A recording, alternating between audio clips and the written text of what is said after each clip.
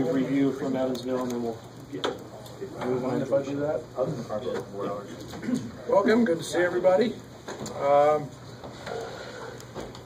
Getting ready for game 2, a little recap on Evansville. A couple of things that I think really stood out that I probably should have hit on post-game. 7 assists, Trent Frazier, no turnovers. I thought by far and away his best game as a floor general. And then when you watch the game and break it down, the coverages he made defensively were exceptional. Really pleased with Trent's play in a game that he impacted so greatly and didn't have 25 points. That's really encouraging. Secondly was Georgie. And I think Georgie is an outstanding post defender and interior defender. He does a great job in ball screens and his coverages. He didn't miss a coverage, which is very impressive for a freshman.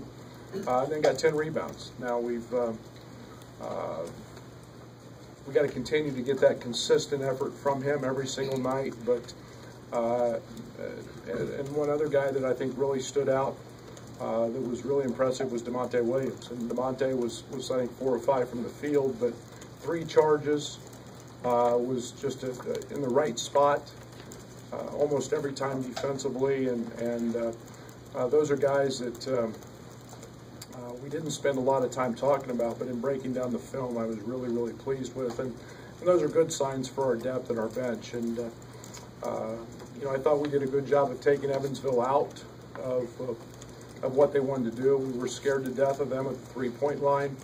They're a team that could rattle off, 10, 12 of them if you don't guard them. And I thought we did a good job of that. We had 45 points in under 7 seconds. That's a good number. That's a good number. We would take that every single night. So some things to grow from.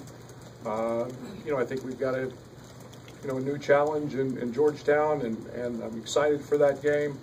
I'm excited for our fans. I do want to make mention that this is a great opportunity for our students to come see us. Got a great promotion going on to get to the game and get on those 4 seats and really make some noise against a big-time quality opponent. And so I'm excited for the promotion that's out there with our students and free tickets and an opportunity to get in the basketball spirit here in the month of November. So Georgetown's very good. Govan in the middle is a legit pro prospect. He's a guy that was a double-double machine last year.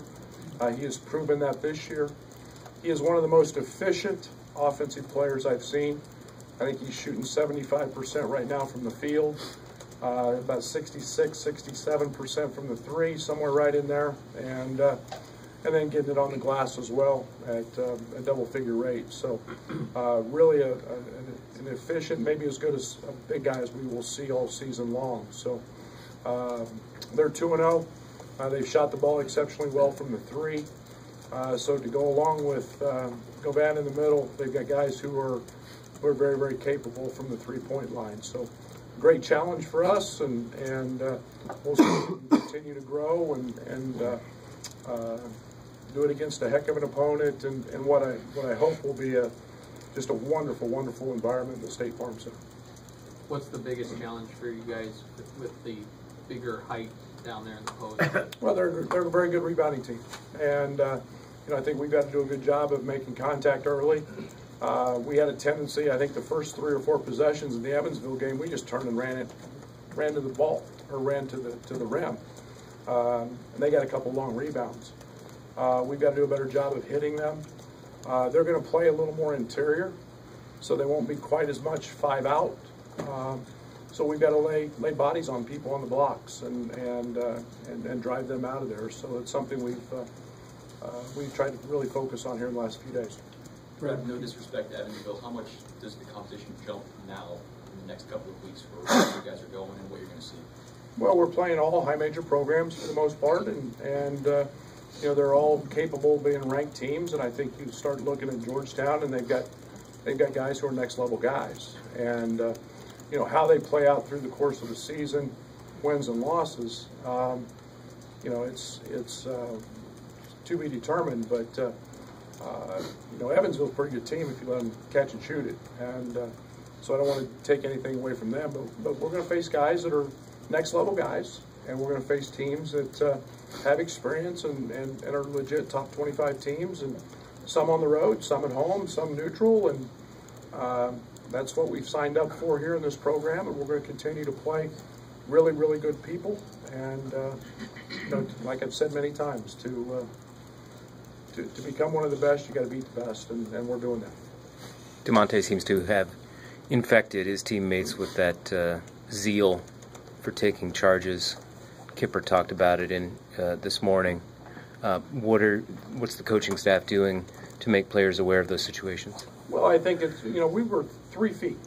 We talk about 3 feet a lot, and we have a line in our practice gyms that goes right down the middle of the court, and getting to that blue line, as we call it, because it's blue tape, is meaningful for us. And that's the difference between being able to take a charge and have a call to charge than being able to not get there and be a block. And it's become contagious with those guys. They're taking pride in it. They want to win. And that's another way for us to protect the rim. And Trent takes them, Kipper's taking them.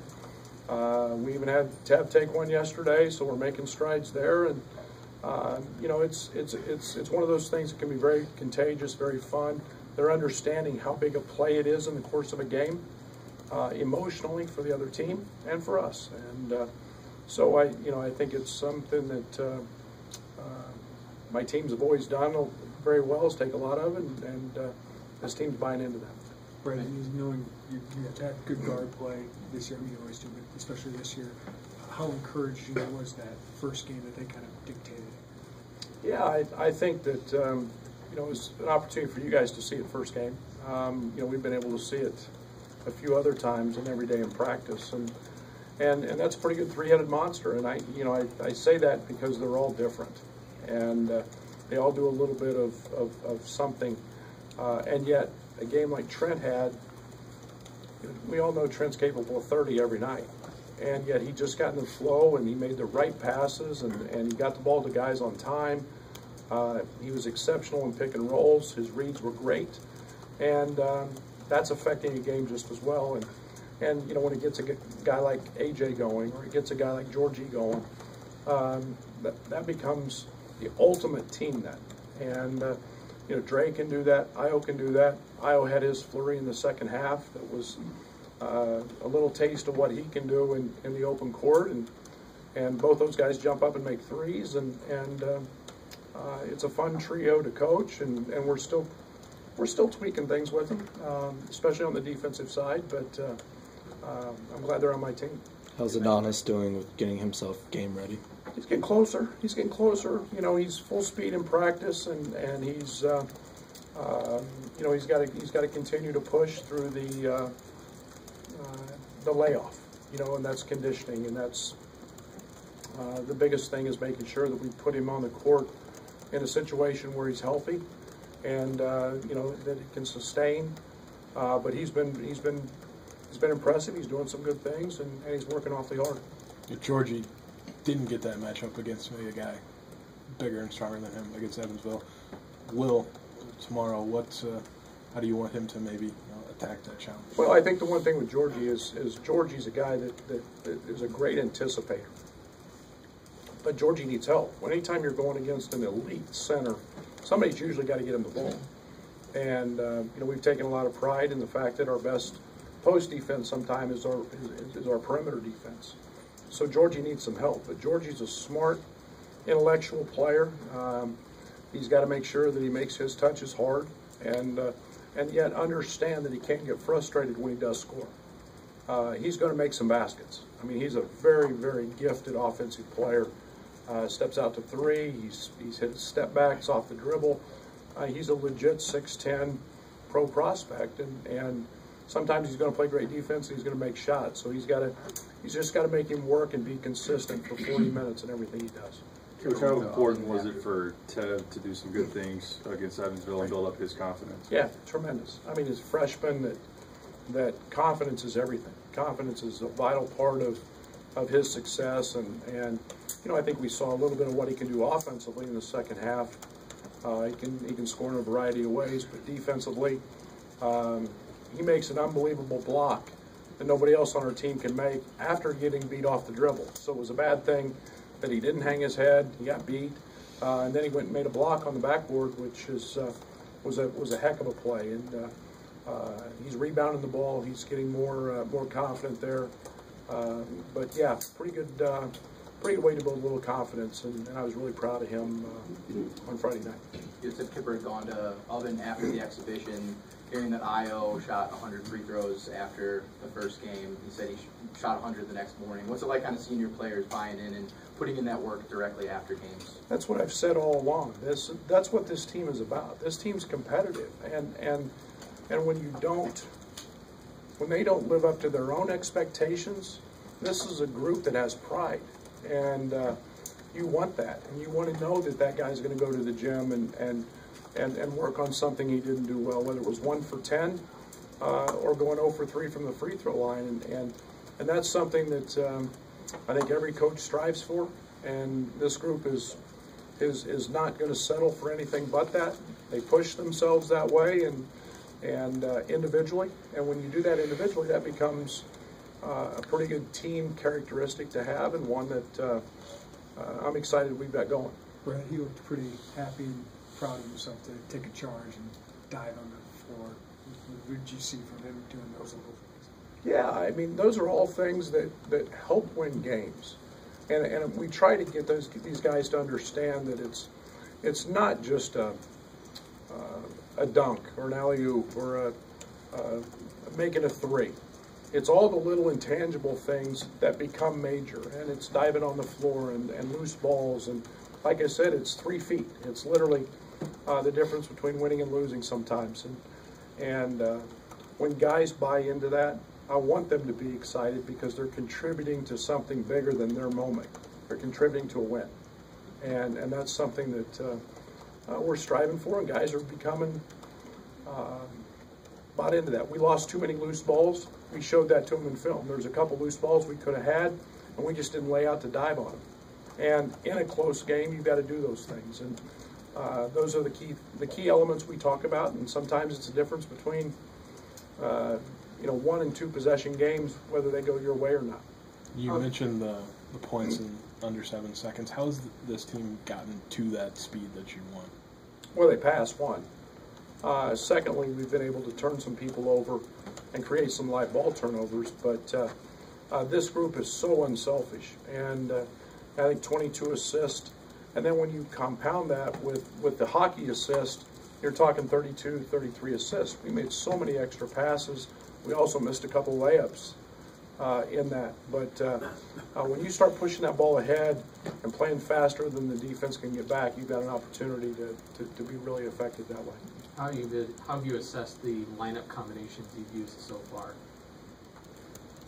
Still working on that. Things were, we got on a big run the other night, and got ahead, and so I still have to evaluate some of those lineups in crunch time. When it's grinding moments. But I think the one thing that again went unnoticed, we asked Io to rebound and really help us on that. He had 6 rebounds the other night. We get that kind of consistent effort from Io, then we're allowed to play those 3 little guys a lot more than maybe we have in the past. Mac McClung might be the more talked about freshman guy for Georgetown, but what does James Akinjo do for them? Well, Akinjo's a tough sucker. He was MVP of the Peach Jam a few years ago on the AAU circuit, and he's a kid that he's fairly. He's got great quickness. He's electric in transition. He gives them a different speed and gear. He's shifty. He closed out the game the other night going 8 for 8 from the free throw line. He's a good player, and he's a kid that's played at the highest levels, and you know, he's got his career off to a very good start. Fred, do you tell these guys anything about Patrick Ewing? I don't know how much they know about him. I haven't said anything. I know he's got a few thousand more points than I do. He had about 575 more rebounds than I ever got. Yeah, I mean, you're talking one of the elite players in the history of the game, and you know, it's an opportunity. I mean, I'm excited. I grew up in, you know, he's a year older than me, and went to camps together and saw him playing back east, and you know, the guy is obviously a Hall of Famer. So it's pretty special, and his impact on his team is becoming very evident. I mean, this is a tough, big, physical basketball team. Right.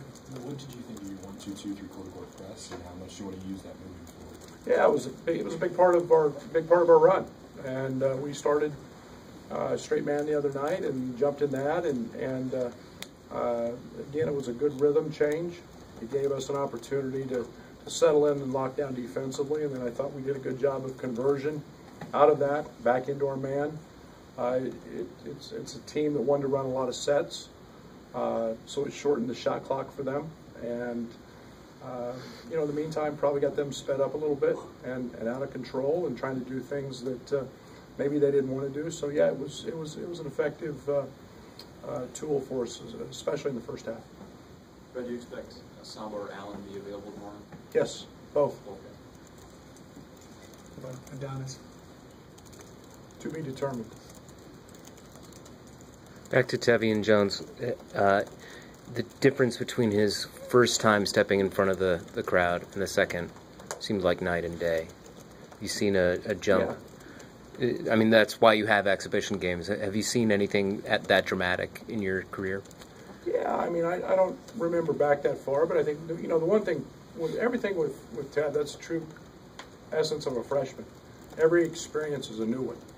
And stepping out in front of that crowd the first night against Illinois Wesleyan can be a little intimidating.